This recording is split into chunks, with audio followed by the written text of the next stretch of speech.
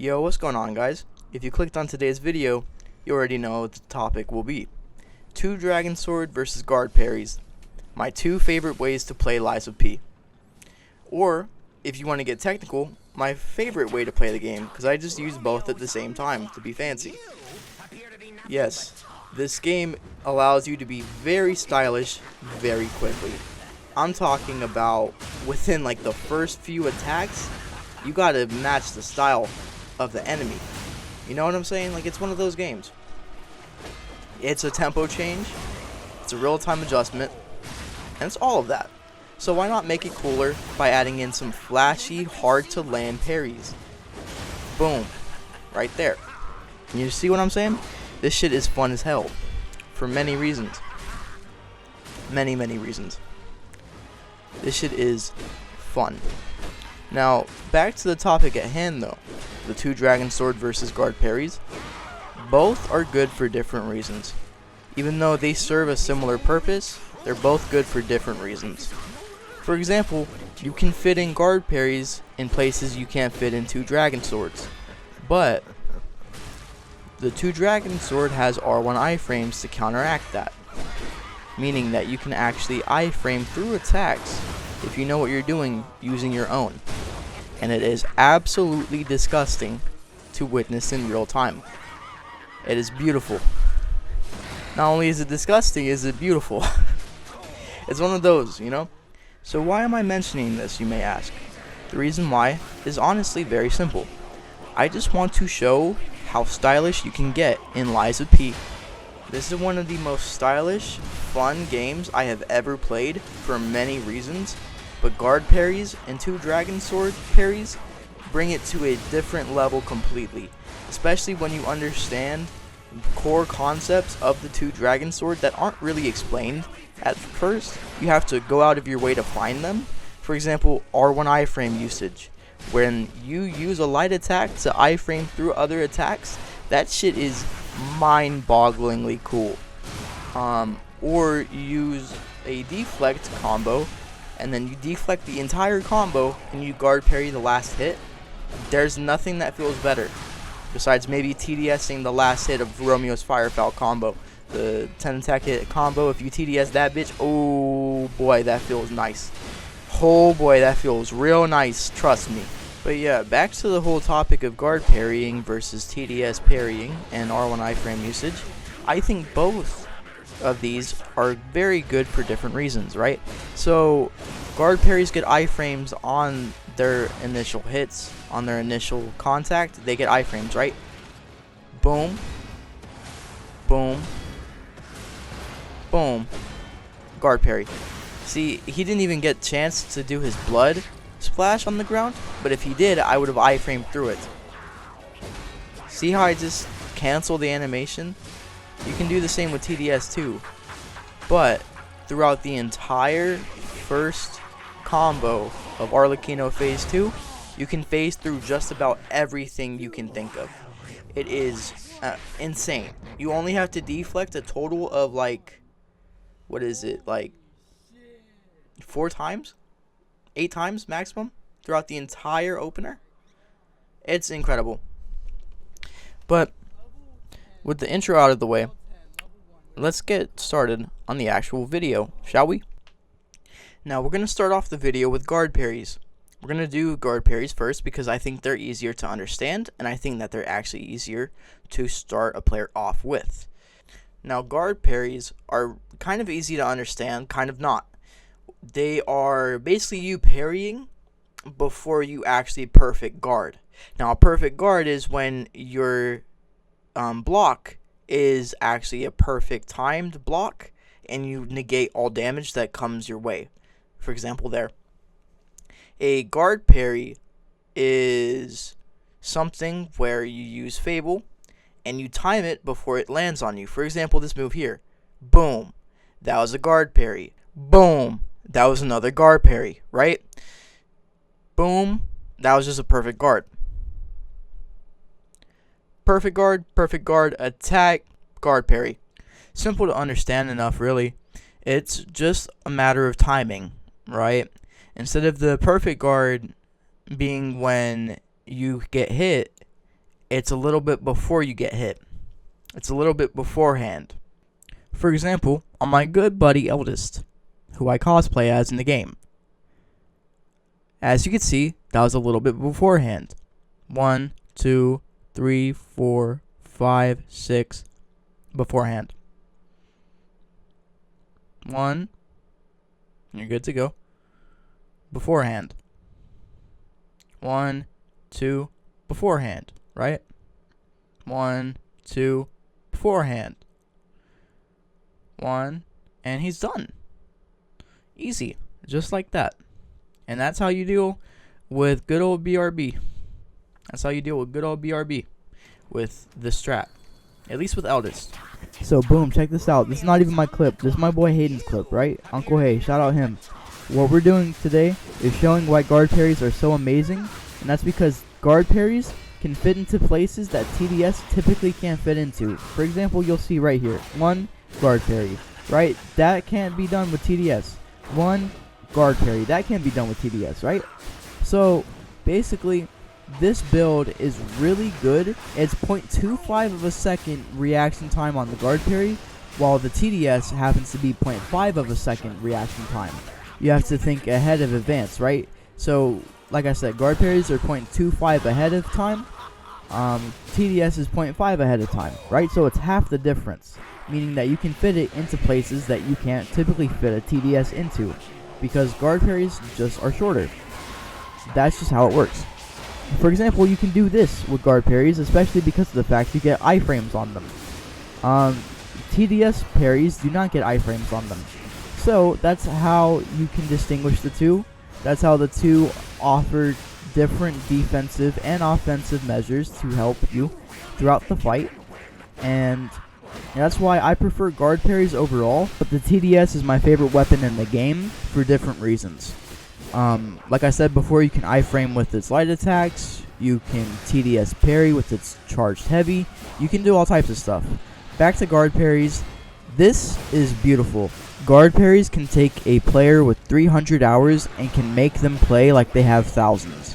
Like I said before, it is incredible. It takes what makes the game fun, makes it even more fun, makes it even more unpredictable at times.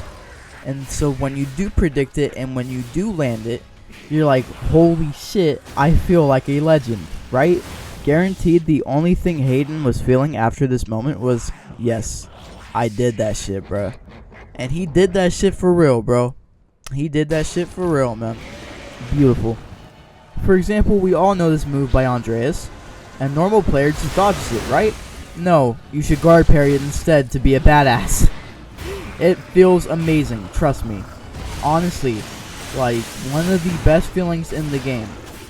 And to see my friend Hayden do it makes me genuinely smile. It brings a smile to my face, bro.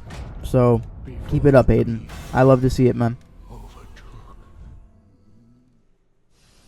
So, for the final guard parry video, what I'm going to showcase is world's first EL10 Diff 5 guard parry Romeo King of Puppets.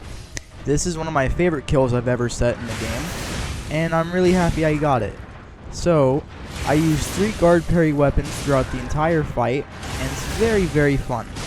In my opinion, guard parry Romeo is when you finally learn how to properly guard parry.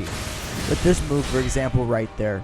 That move absolutely changed everything for me when it came to guard parries, because I really wanted to get good at them for a long, long time.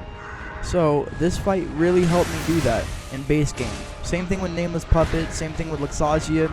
Overall, one of the best ways to practice Lies of P is to practice your perfect guard timings on all bosses so that you get more and more comfortable, right?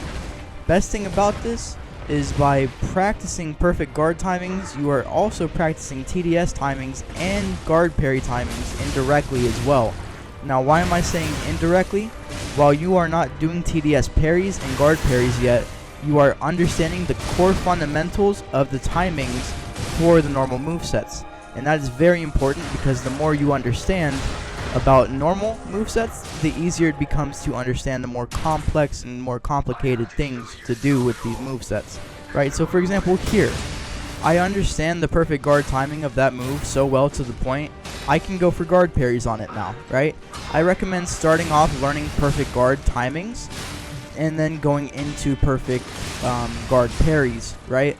That blue fable you see right there, that blue, yeah, that you really want to understand perfect guard timings for. It is 0.25 milliseconds ahead of a normal perfect guard timing, right? So, right here, 1, 2, 3, 4, 5, 6, 7, 8, 9 guard parries, right? Instead of it being more delayed, it's faster. Now keep in mind this is actually a good thing because you get to fill in guard parries into places TDS parries can't typically fill in, right? So this is very important to keep in mind. TDS parries are basically the more advanced version of a guard parry, but without iframes and takes twice as long to actually fill in the whole combo, right? So it takes a half a second to land a TDS parry, it takes quarter of a second to land a guard parry. You see why TDS parries are a bit more risky now? Guard parries are faster, they're a bit harder, but they're faster and more consistent and can fill into combos way easier. TDS parries literally take twice the time to land. So yeah, if you ask me, guard parries are a bit more forgiving and a bit less risky, but TDS parries are more satisfying as a result. You have to predict half a second in advance of time. It's quite genius. So speaking of TDS, let's get into it, shall we? The 2 Dragon Sword, also known as the TDS, is one of the best weapons in the entire game. This weapon is amazing. It's my favorite weapon in the entire game. Even though I prefer guard parries overall, I think TDS looks cooler, it feels cooler, and plus it just looks badass if you land it, you know? So, what you just witnessed was me defeating BRB1 without taking a single point of damage with TDS.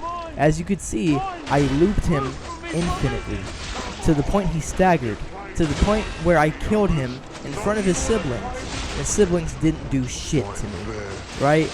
That is how you deal with BRB. That is how you deal with those little fuckers. Gorgeous. Absolutely gorgeous. But wait. There's a mechanic about this weapon that I haven't explained yet. That's right. This weapon can spot dodge built into the kit directly. What the fuck did I just see? I am not cheating, I am not scripting, and I am not hacking. This is completely in the base game. This is fucking ridiculously cool. And I love it so much, because what do you mean to tell me that this weapon can spot dodge built directly into the moveset? What? That is ridiculous. That is awesome, actually. So yes, this weapon does get iframes on its light attacks. It's only the follow-up light attacks though, so you can't just like stab and immediately expect iframes. You have to stab first and then iframe with your follow-ups. And it's really timely. You can't do it on every combo. You have to find out what combos work and what combos don't, and what parts of the combos work with it, right? So single hits work with it, like for example there. And delayed combos work with it too. That's why mastering perfect guard timings works so well, because they are essentially the same timings. The reason I perfect guarded those two was because those two were too fast to R1 iframe through. And that's okay. So I'm deflecting the combos that are too fast to iframe through, but I'm iframing through everything else I can iframe through. But I'm also TDS parrying, so it adds more variety and more depth to the combat, right? Right there, I staggered him back out of his staggerable state. That is ridiculous. You see what I mean? This adds so much depth, so much variety, so much replayability. It makes you learn so much more than you could have even expected. See, you start off TDS parrying, you start off perfect guarding and all of that, but then you graduate onto R1 iframe usage, and it's literally the coolest thing I've ever felt. I kid you not. Like, do you see this shit? Do you see this? Like, it's so fucking sick, man. It is so sick, and it only feels better than it looks. I promise you. So many people ask me, what's the timing on R1 iframes? what is it, right? Because when you look at it, it's like, how do you even do this? It is literally the same exact timing as a perfect guard, just on the earliest possible frame you can do it on. That's what I like to do. I like to go for earliest possible frames, so that if there is a move coming up that I cannot R1 iframe through, I'm able to perfect guard it faster. Sometimes if you R1 iframe too late, you R1 iframe through the attack, but you cannot deflect following up afterwards, right? So that's what I like to do. I like to do it earliest possible frame, and that's how I'm able to do what I'm able to do. I like to use Eldest as my main practice dummy for this, because you can chain so many R1 iframes back to back, and it's also good practice for comboing in perfect guards as well. So this is how I like to practice them. This is my favorite boss to practice them on, because he's awesome for it, and it also teaches you how to get more comfortable with your controller or keyboard and mouse or whatever have you, you know? So yeah, here's the thing I really like about the 2 Dragon Sword. 2 different players can use it and play with it completely differently and still make it work. For example, in this clip by Hayden, you're not going to see any R1 iframes, but he still does it hitless, right? The next clip will also be a Markiona hitless with TDS, but it's one that I set with no perfect guards, just R1 iframes and TDS. See how this still takes skill? See how he's still very much reading the patterns and movements of everything, and how he's actually paying attention to what he has to do? See, TDS is fun. It is very fun. Say if you wanted to R1 iframe those, you probably could. Say if you wanted to TDS parry those, you could. Say if you wanted to just normally perfect guard it and then R1 iframe it and then TDS parry it, you could. So there's so much that can be done with TDS that it's maybe my favorite weapon in a video game ever. I kid you not, this is my favorite weapon I think I've ever played with in any video game, because it just feels that satisfying to get better with, right? For example, animation cancel there. Like, you cancel the animations, but it feels like actually skill based, and it's fun as fuck. So boom, right? That's the first Markiona clip. Now it's time to review the second. The second is not going to have any perfect guards, but instead it's going to have R1 iframe usage. So hey, that's pretty cool. So yeah, check this out. Markiona beat without a single perfect guard. That's because her moveset is slow enough to where you can actually R1 iframe almost all of her combos and the puppets combos as well. And what you cannot R1 iframe, you just TDS parry and you're good to go. See, both playstyles are very, very fun to watch. Both are very clean and are fun. I learned TDS mainly perfect guarding, not R1 iframing. But now that I learned how to R1 iframe, it's one of the most fun pieces of tech in a video game I've ever experienced. I recommend everybody try this shit out. At least once. At least once to see if you like it, you know? If you don't, then that's okay. But just try it. You know, the worst that can happen is that you find out, okay, hey, it's not that bad. Right? It's difficult, but it's fun. And that's what makes it a true challenge. So, boom, right? This is my favorite deflect of the whole thing. Yes, you can parry her backflip, or front flip, or whatever it is. Just R1 iframe through those.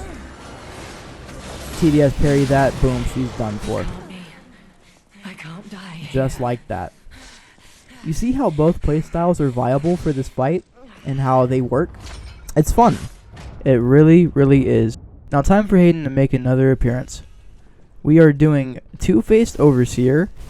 We are doing base damage and base health, but max capacity and stamina. And what this is R1 iframe Overseer with TDS parries. Now this is a very clean playstyle. This is very clean. This is hard to do, but this is really, really fun. This is an endurance test. This is you pushing yourself to your limits in terms of difficulty, and overall might just be one of the best clips in the game that I've ever seen. I love doing base health and damage. For example, I did it on BRB2, Romeo, Nameless. Now I'm tempted to do it on Overseer because I saw Hayden do it. Like, look at this. Tell me that this doesn't look fun as fuck. You're telling me this doesn't look fun? You're tripping. You are straight tripping. Look, I'm going to let the video speak for me. So sit back, relax, enjoy, have fun, have your popcorn, whatever have you. Whatever you're having to this video, just enjoy. Because this is quite epic.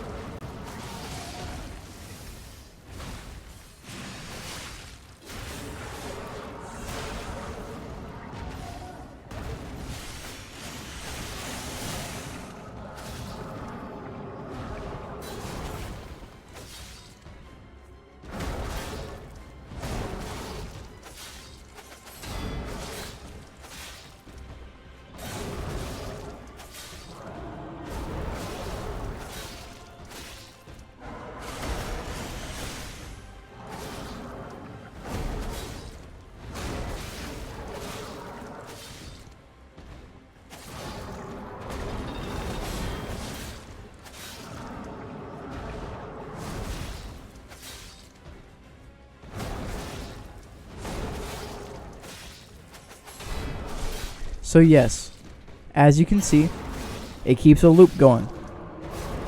You can do this infinitely if you know what you're doing. It is amazing. And inspirational, really. It's quite beautiful, if I had to be honest. Because wow. Like, look at that. This is a peak weapon design. This is an absolutely peak weapon design, and I don't care what anybody else has to say. It is just that beautiful. It is that satisfying to get better at. You genuinely feel like a pro, and you feel amazing using it. I mean, this is what the Two Dragon Sword is all about.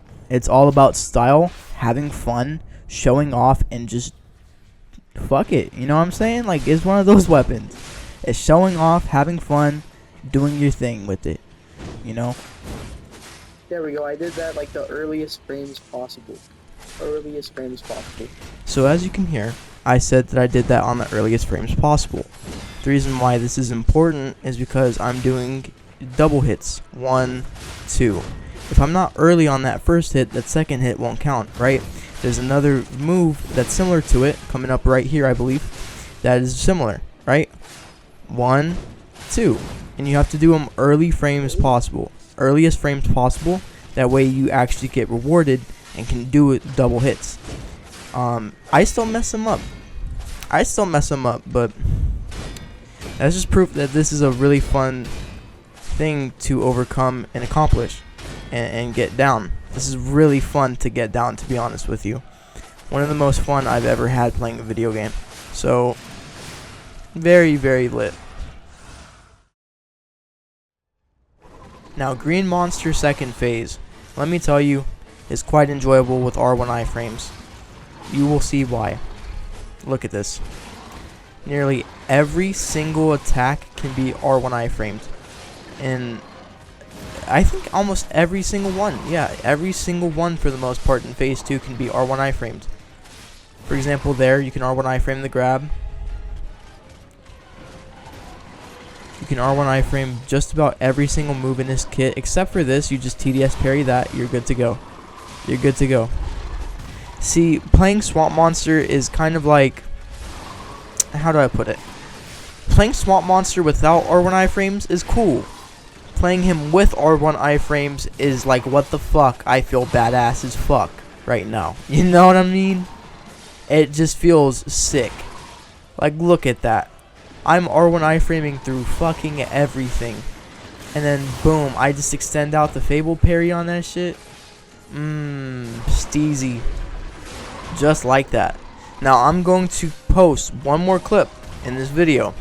And it's an R1 iframe plus guard parry video on Romeo, King of Puppets. This is a very clean fight. It shows off both guard parries and TDS at a very high level. And it's just very nice. So I hope you guys enjoy. Take care. Alright, y'all. you already see what we're gonna do. For fun.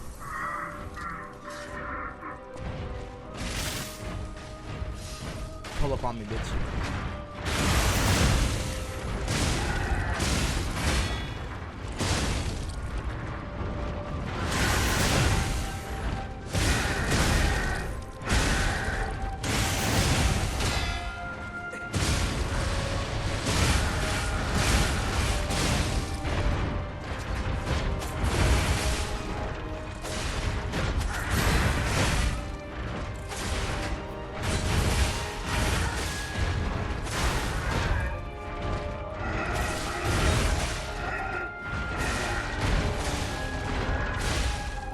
Nice.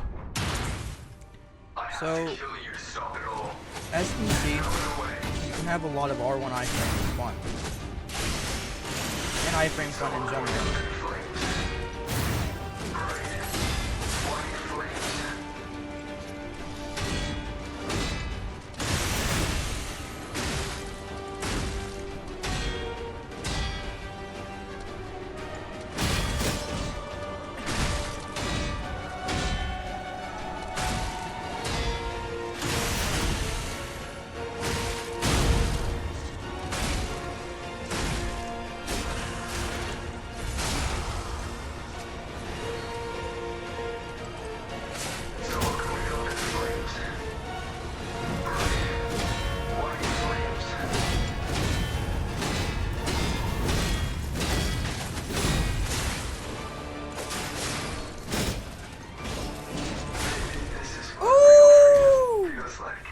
You see what I'm talking about? It's like, it's stuff like that, bro. You can just combo in the two different styles and you can just have so much fun with it. It's like, what? That was dirty, bruh. Oh, that was dirty as hell. Right? You see the potential that these two have together? It's not versus. It's not a which one's better. It's how the fuck do you style and have fun in this game? And for me, it's swapping between these two on the go. It's actually just swapping between these two because these two have two different purposes. This has iframes, this doesn't. Unless you do light attacks, which it does, or if you do the first Fable, right? Those get iframes. This doesn't. This does. This doesn't. This doesn't. This doesn't, but it's a parry. You can backstep out of it. Boom. That doesn't get iframes, but this does. This does. This does. This does, right? So, all of these things you can use to your knowledge. This gets iframes if you know what to do with it. You can actually iframe through attacks using the animation itself. It's just so much can be done with it. So much can be done with it. Both of these, actually. So much can be done with both of these. So yeah, man, this is just the fun that you can have with style in this game, honestly. This is just the fun you can have, man. So, yeah. Nice. I got that within like 2 tries or something like that. I'm happy with that.